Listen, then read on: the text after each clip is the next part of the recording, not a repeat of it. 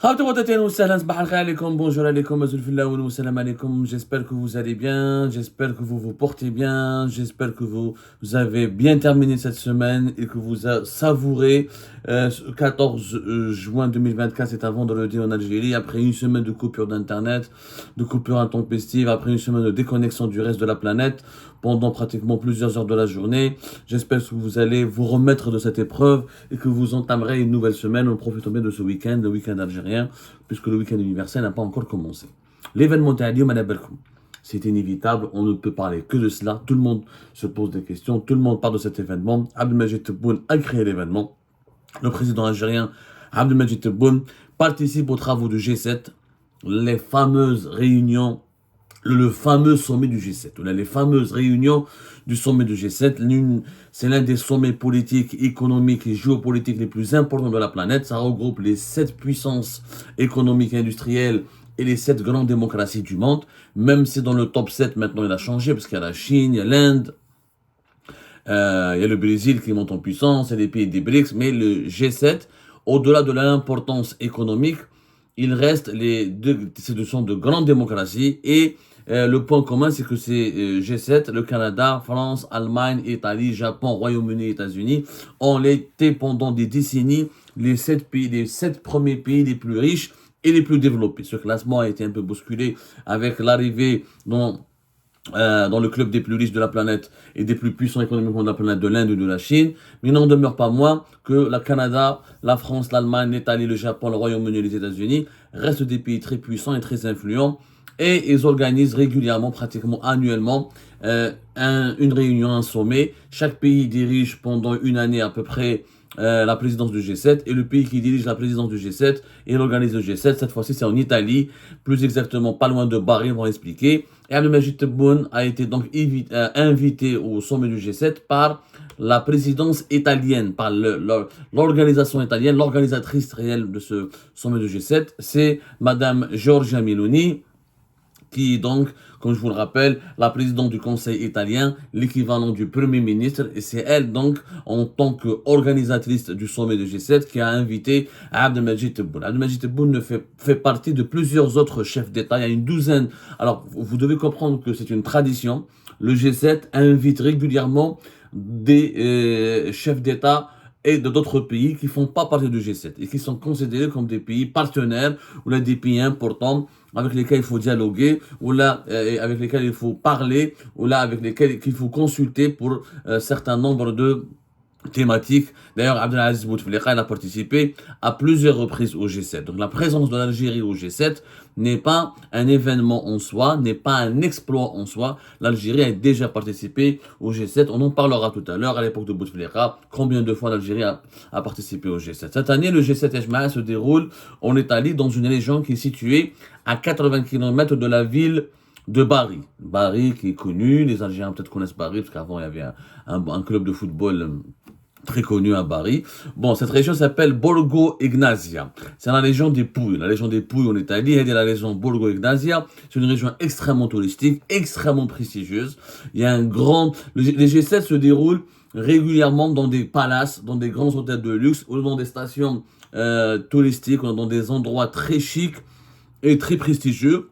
Parce qu'on accueille, vous avez bien compris, les 7 présidents et les 7 chefs d'État des pays les plus riches, ou les 7 chefs d'État des pays les plus industrialisés, les plus riches. Donc, il y a une dimension extrêmement luxueuse, extrêmement prestigieuse. Il y a des aspects de sécurité, il y a des aspects de protocolaire un petit peu de très haut niveau. Donc, c'est toujours organisé dans des sites de luxe. Donc, c'est à Borgo Ignazia, dans la région des Pouilles.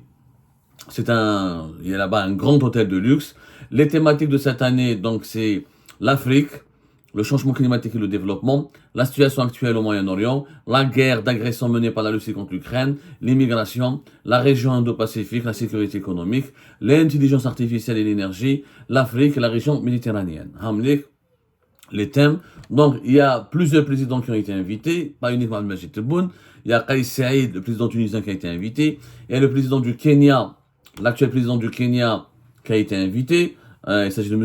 William Ruto. Il y a eu Mohamed Ben Salman, il a été invité, mais il a décliné l'invitation à la dernière minute, il a annulé son déplacement. Il y a Lula da Silva, le président du Brésil. Il y a l'Inde, le président indien, le premier ministre indien. Modi, Narendra Modi, il a été invité. Qui encore Le président de l'Argentine a été, Modi, Narendra Modi, le premier ministre de l'Inde, a été invité. Donc, le président de l'Argentine a été invité. Donc, il y a une douzaine de chefs d'État étrangers, africains, d'Amérique latine, de l'Asie, qui ont été invités. Et c'est une tradition. Le G7, il a toujours réservé un accueil. Le président de la Mauritanie actuelle a été invité parce que la Mauritanie assure en ce moment la présidence de l'Union africaine. Donc, il a été invité en tant que président de l'Union africaine et aussi président en exercice de l'Union africaine et président de la Mauritanie. Donc, Abdelmadjid Tebboune n'est pas le seul chef d'État étranger qui est présent au sommet du G7. Ça, c'est pour vous expliquer un petit peu qu'est-ce que c'est que le G7, l'organisation et comment ça se passe. Donc, comme la ville la plus proche, parce que c'est une station touristique, etc., elle est Borgo Ignazia, donc elle ne peut pas accueillir toutes les délégations. Les délégations des 7 pays, des 7 chefs d'État, les membres du G7 sont tous là-bas à Borgo Ignazia dans un hôtel de luxe où il y a un grand restaurant étoilé, etc. Toutes les installations ont été mobilisées pour les 7 chefs d'État. Les autres invités sont régulièrement, normalement, ils sont hébergés dans des villes voisines pour qu'ils puissent participer aux travaux. Régulièrement, ils font des va-et-vient.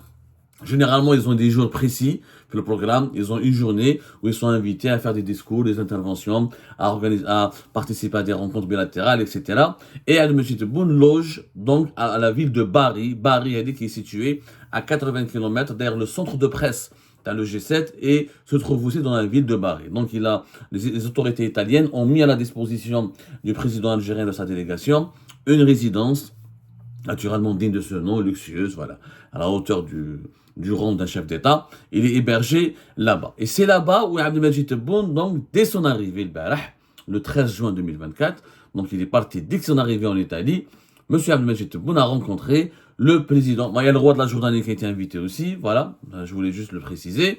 Donc, je crois que la Turquie, il y a des dirigeants de la Turquie, mais je ne sais pas si Erdogan sera là, mais je n'ai pas eu cette confirmation. En tout cas, la Turquie aussi participe, ou elle est associée aux travaux du G7. Donc, peu importe, dès que Abdelmadjid Tebboune est arrivé en Italie, il a directement rencontré son homologue français. Donc, ça s'est passé dans la résidence où Abdelmadjid Tebboune est hébergé en ce moment. Emmanuel Macron est venu rendre visite à Abdelmadjid Tebboune. Et cette rencontre, effectivement, elle étonne un peu. Elle étonne, elle questionne, et elle interroge et elle dérange. La rencontre Tebboune-Macron étonne, interroge et dérange. Je m'explique. D'abord, un constat. Il n'y a que la présidence algérienne qui a communiqué sur cette rencontre entre Emmanuel Macron et Abdelmadjid Tebboune. La rencontre s'est déroulée dès son arrivée. Abdelmadjid Tebboune est arrivé le jeudi 13 juin. Dans l'après-midi, les heures, même pas 2 heures après, même pas, qui ont suivi l'arrivée d'Abdelmadjid Tebboune en Italie, rapidement, Abdelmadjid Tebboune rencontre Emmanuel Macron. C'est étrange, c'est-à-dire d'habitude, quand on va dans un pays, je rappelle, l'Italie, c'est pas la France, même si c'est un pays membre aussi de l'Union européenne. D'habitude, quand on arrive dans un pays, on rencontre d'abord les chefs d'État de ce pays. Les chefs d'État ou les représentants des autorités de ce pays, le premier ministre de ce pays. L'Italie, en général, le système italien, c'est un système proche du système d'une république fédérale. C'est-à-dire c'est l'équivalent du premier ministre qui a les pleins pouvoirs et le président qui dispose de larges pouvoirs constitutionnels, mais ce n'est pas lui qui dirige l'exécutif. Donc, logiquement, quand on arrive en Italie, on rencontre Giorgia Meloni, qui est actuellement l'équivalent du Premier ministre, ou le président italien que connaît Tebboune, parce que Tebboune a déjà rencontré le président italien. Le président italien s'appelle Mattarella, si je ne m'oublie pas. Voilà, Sergio Mattarella. Il connaît Tebboune parce qu'ils se sont rencontrés au moins à 2 reprises. Abdelmadjid Tebboune avait déjà effectué une visite importante en Italie. C'était quand Tebboune, quand elle a été à Rome, c'était en 2022. Et là, il a été accueilli essentiellement c'était en mai, voilà. En mai 2022. C'est là où Abdelmajid Tebboune a été essentiellement, a eu essentiellement des rencontres avec son équivalent, le président italien Sergio Mattarella. Donc, où tu rencontres normalement le président italien, où tu rencontres la Premier ministre, Giorgia Meloni, qui est l'équivalent du Premier ministre, encore une fois. Mais en Italie, elle n'a pas le titre, elle a le titre du président du Conseil italien. Mais dans l'organisation politique italienne, elle est ainsi faite. Elle ressemble à l'organisation d'un pays qui est une république fédérale. Donc, Abdelmajid Tebboune arrive, selon Kinchouf la chronologie des événements. Donc, l'APS nous apprend qu'il est arrivé vers 14h20.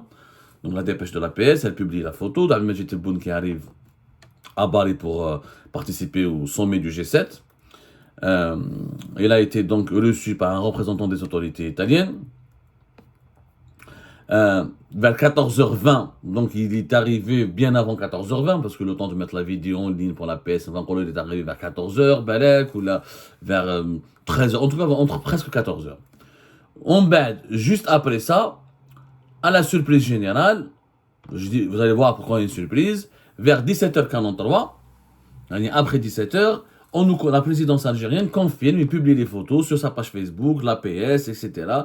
Abdelmajid Tebboune qui reçoit dans sa résidence qui lui a été attribuée, qui lui a été dédiée pour qu'il puisse être hébergé et domicilié au niveau, vu les besoins de sa participation aux travaux de ce sommet du G7, il reçoit Emmanuel Macron. Il rencontre Emmanuel Macron. C'est le premier président étranger qu'il rencontre. Ça marque encore une fois qu'il y a une relation extrêmement particulière entre la France et l'Algérie. Le président algérien ne s'est pas déplacé en France, il s'est déplacé en Italie. Il ne rencontre pas un officiel italien, il ne rencontre aucun officiel étranger. Le premier officiel étranger, il ne rencontre aucun officiel étranger, mais à part le président français. Dans le G7, il n'y a pas que la France, il y a d'autres pays importants, le Canada, l'Allemagne, l'Italie, le Japon. Mais non, Abdelmajid Tebboune rencontre d'abord Emmanuel Macron. Emmanuel Macron a rendu visite dans sa résidence. La résidence s'appelle Masseria San Francisco, dans la ville de Bari. Macron se trouve, en tant que pays membre important du G7, se trouve à 80 km à peu près de la résidence d'Abdelmajid Tebboune. Comme je vous ai expliqué, la ville où se déroule le G7, c'est pas Bari. C'est une ville qui s'appelle Borgo Ignazia. C'est particulier. J'arrive dans un pays, 1 heure ou 2 heures après, pratiquement 14 heures et quelques, 2 heures, même pas entre 2 et 3 heures après, je rencontre Emmanuel Macron. Au niveau de la communication, il n'y a que la présidence algérienne qui a communiqué sur cet événement.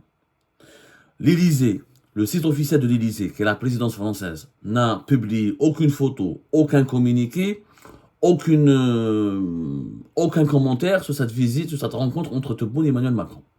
Aucune. Marrakech. Vous pouvez aller voir l'Élysée.fr. Alors l'Élysée.fr qui retrace donc toutes les activités du président Emmanuel Macron. Il n'y a absolument aucun lien, aucun mot, aucun commentaire, encore une fois, aucune indication. Il y a eu une activité que Emmanuel Macron a rencontré Tebboune. Ouais. C'est de l'Élysée, zéro information, zéro commentaire.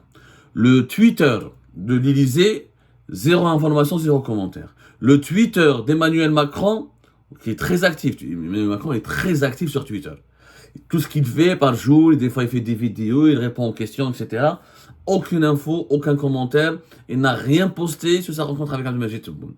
Le Facebook de l'Élysée, vous pouvez aller voir, jusqu'à maintenant, comme on va vérifier, toujours, il n'y a que la présidence, mais vraiment, que la présidence algérienne, les Daret, comment dirais-je, les Daret, un communiqué, une vidéo qui a été publiée, etc. Mais le reste, mais franchement, c'est du côté français comme s'il n'y avait pas eu d'événement. Donc, ça reste quand même extrêmement étrange. Ça reste pourquoi extrêmement étrange? Pourquoi il n'y a que la présidence algérienne qui a donné l'information, qui a publié une vidéo et qui a médiatisé cette entrevue?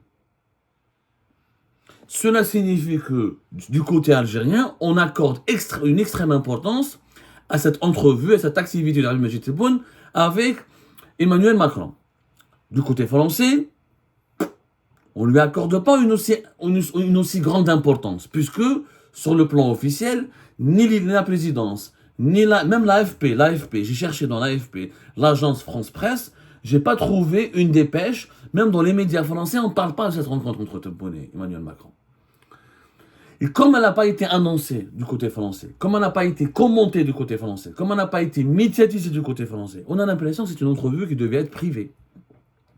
C'est-à-dire qu'Emmanuel Macron a pris l'initiative, à titre privé, d'aller voir son ami Abdelmajid Tebboune. Parce que les images, justement, là, on analyse encore dans les profondeurs. Donc, ce n'était pas une activité officielle. L'agenda officiel d'Emmanuel Macron n'en parle pas. L'agenda officiel de la présidence française n'en parle pas. Donc, conclusion, du côté français, on considère que c'est une entrevue amicale, privée. Donc, la présidence algérienne a fait le choix de la médiatiser. Je pense qu'Emmanuel Macron, les services de presse, le protocole d'Emmanuel Macron, étaient préalablement informés que la présidence algérienne allait communiquer, allait rendre les images.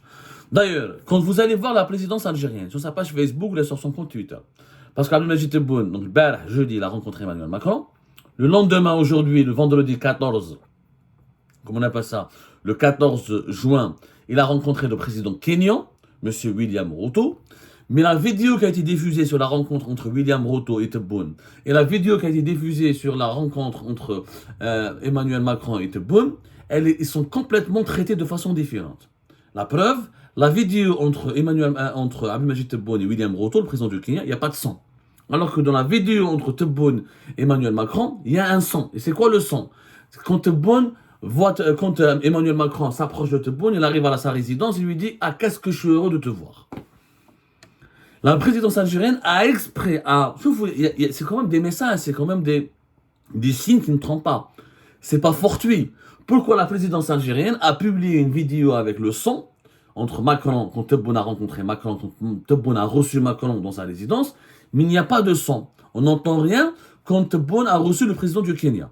Et qu'est-ce qu'on entend entre Macron et Tebboune? Juste la partie, uniquement la première partie, oui, ah, qu'est-ce que je suis heureux de te voir. Après, les images sont extrêmement étonnantes. Étonnant, c'est-à-dire étonnant sur le plan protocolaire, sur le plan politique, attention. C'est pas étonnant sur le plan humain. Sur le plan humain, c'est beau de voir deux présidents qui s'entendent. Abdelmajid Tebboune et Macron s'entendent très très bien. D'ailleurs, ils sont amis, ils ont développé un lien amical apparemment, puisque la vidéo, on le voit, Emmanuel Macron et Abdelmajid Tebboune, ils se tiennent les bras, ils se tiennent la main, ils marchent dans le parc de la résidence de Tebboune, dans la résidence officielle que les autorités italiennes ont mise à la disposition de Tebboune. Il y a des échanges, il y a des sourires, il y a des accolades, il y a une familiarité entre les deux chefs d'État, il y a une affinité personnelle, et le contact passe très bien, et on a l'impression que ce sont deux potes qui se revoient. Macron qui dit à Tebboune, qu'est-ce que je suis heureux de te voir, il lui tient la main, il marche mais Macron est très tactile avec Tebboune, Tebboune il est très affectueux avec Macron, donc ce sont des amis, deux potes qui se voient. Et là, donc le contexte politique actuel, en France et en Algérie, une élection présidentielle anticipée, en France, une élection législative anticipée, avec 2 tours, 30 juin et 7 juillet, la menace de l'extrême droite en France, le scénario du deuxième mandat d'Abdelmajid Tebboune en Algérie, crée le contexte de cette rencontre et les affinités personnelles assumées, parce que Macron aurait pu dire, écoute Abdelmajid Tebboune, je viens te voir, mais je veux que ça soit privé, je veux que ça soit uniquement privé. La présidence algérienne aurait pu faire juste un communiqué, publier une photo, mais publier des photos, une vidéo avec du son, et médiatiser excessivement cette rencontre, c'est que la présidence algérienne, elle en fait une instrumentalisation politique. Donc Macron a été d'accord pour que Tebboune instrumentalise de façon médiatiquement et politiquement cette rencontre avec lui. C'est clair. La présidence algérienne n'aurait pas pu diffuser ces images et un son et faire l'annonce officielle et publier toutes les photos de la rencontre entre Tebboune et Macron si les services de la présidence française n'avaient pas donné leur accord. Si Emmanuel Macron n'avait pas donné son accord, Tebboune n'aurait pas fait toute cette exposition médiatique, il n'aurait pas étalé Yanni, le développement, le déroulement plutôt de sa rencontre avec Emmanuel Macron. Donc, il y a de la part du côté algérien une instrumentalisation, une exposition, une volonté de dire, voilà, Abdelmadjid Tebboune et Macron sont amis. Ils sont de très bons amis, ils s'entendent très bien, sont des copains, et donc sont des alliés. Des alliés. Un président français allié avec le président algérien au moment où il est confronté à une élection législative où il risque de perdre le pouvoir, parce qu'en France, si tu n'as pas de majorité parlementaire au Parlement français, tu n'as pas les pleins pouvoirs, parce que tu es obligé de cohabiter avec un mouvement politique étranger dans le sens d'un mouvement politique opposant. Donc, si Emmanuel Macron perd les élections législatives, si son parti perd, si sa majorité présidentielle perd les élections législatives en France, il va en prendre un coup. Et Abdelmadjid Tebboune, s'il n'est pas réélu lors de l'élection présidentielle anticipée, il ne pourra pas être au pouvoir. Donc nous avons deux hommes qui traversent des épreuves politiques extrêmement sensibles, délicates, mais qui s'affichent ensemble, qui affichent leur amitié, qui affichent leur affinité personnelle, et qui assument cette affinité personnelle, et le président français laisse le loisir ou la concède au président algérien, Emmanuel Macron concède à Abdelmadjid Tebboune la liberté d'instrumentaliser médiatiquement et politiquement cette affinité. Parce que quand un président d'un État comme l'Algérie est ami avec un président d'un État aussi important et membre du G7 comme la France, bien sûr, c'est prestigieux pour le président algérien. Le président algérien, quand il est à Kishuf Belli, il reçoit dans sa propre résidence le président français. La France est quand même membre permanent du Conseil de sécurité, pilier de l'Union européenne, membre parmi les membres importants du G7, parmi les 10 pays les plus puissants et les plus riches de la planète. Quand le président algérien le reçoit chez lui, dans sa résidence, chez lui entre guillemets, c'est la résidence qui a été mise à sa disposition par les autorités italiennes. Quand le président français se déplace chez le président algérien, le salue, l'embrasse, lui fait des accolades, lui tient la main, rigole avec lui, sourit avec lui, alors que ce président algérien va devoir demander un deuxième mandat ou une élection présidentielle anticipée dans 3 mois, ça signifie qu'il y a un soutien, que Macron soutient Tebboune, que Macron aime Tebboune, que Macron se plaît d'être avec Tebboune, que Macron a une relation particulière avec Tebboune. Et là, ça dérange. Pourquoi ça dérange? Ça dérange du côté... D'ailleurs, pourquoi le côté français n'a pas publié ces vidéos, ces images? Parce que certainement en France, il y aurait eu des critiques. On aurait eu des critiques en pleine élection législative anticipée, en pleine campagne électorale. Les autorités françaises ont voulu éviter à Macron d'être exposé à des critiques, notamment de la part de ses opposants qui sont le Rassemblement National. Ils auraient pu, le Rassemblement National, ils auraient dit, voilà, Macron avec le président algérien, l'Algérie ne veut pas reprendre ses migrants, ne veut pas reprendre ses criminels, on a beaucoup de problèmes avec l'Algérie, on veut renégocier les accords de 68, mais voilà, Macron, au lieu de faire pression sur l'Algérie, il s'affiche avec le président algérien, il est ami avec l'Algérie, il entretient des liens troublants avec l'Algérie. Si l'Élysée avait publié ces images, je vous défie. Pourquoi l'Élysée n'a pas... Posez-vous la question. La réponse sera simple, je pense, une simple analyse. Si l'Élysée avait publié les mêmes images qui ont été diffusées par la présidence algérienne, il y aurait eu une polémique en France. Comment ça se fait? Nous sommes en pleine campagne électorale pour les législatives et le président français s'affiche comme ça avec le président algérien. Nous avons tellement de divergences avec l'Algérie. L'Algérie qui nous réclame des excuses, qui nous emmerde pour qu'il ne veut pas récupérer ses migrants. On a beaucoup de problèmes avec... Vous savez, il aurait essuyé beaucoup de critiques, Emmanuel Macron. Donc, Emmanuel Macron et l'Élysée ne se sont pas aventurés à publier ces vidéos et ces images. Par contre, le président algérien, qui lui a besoin pour soigner son image, pour redorer son blason, pour convaincre le peuple algérien qu'il est puissant, qu'il est prestigieux, qu'il est influent, il a besoin de publier ces images, de dire, moi le président français vient me voir dans ma résidence, il m'apprécie, il m'écoute, il me considère comme son grand frère, et donc je suis un président qui a de l'influence. Ça soigne l'ego des Algériennes et des Algériens, ça caresse dans le sens du poil l'ego des Algériennes et des Algériens, et ça donne une certaine image prestigieuse à Abdelmadjid Tebboune. C'est pour ça que cette rencontre dérange et interroge. On a l'impression que dès son arrivée en Italie, Macron attendait Tebboune et que Macron était au courant, avait voulu plaider la cause de Tebboune ou donner un coup de pouce à Tebboune pour que Tebboune soigne son image et fasse un peu de buzz auprès de son opinion publique en Algérie afin de l'aider dans cette course pour l'élection présidentielle anticipée. Et Tebboune a voulu donc aider aussi Macron en s'affichant avec lui, et c'est pour essayer de dire entre l'Algérie et la France, ça se passe bien. Comme ça, la communauté algérienne en France, qui est très patriote, qui est très attachée à la patrie, à la bonne image de l'Algérie, pourrait être sensibilisée et sensible à la nécessité de voter pour la majorité présidentielle de Macron, au lieu afin de l'aider dans cette épreuve politique où il risque de perdre le pouvoir face au Rassemblement national. Donc, c'est l'analyse qu'on peut faire de cette séquence, de cette rencontre, qui interroge et qui dérange. Et on en parlera plus tard dans une autre émission.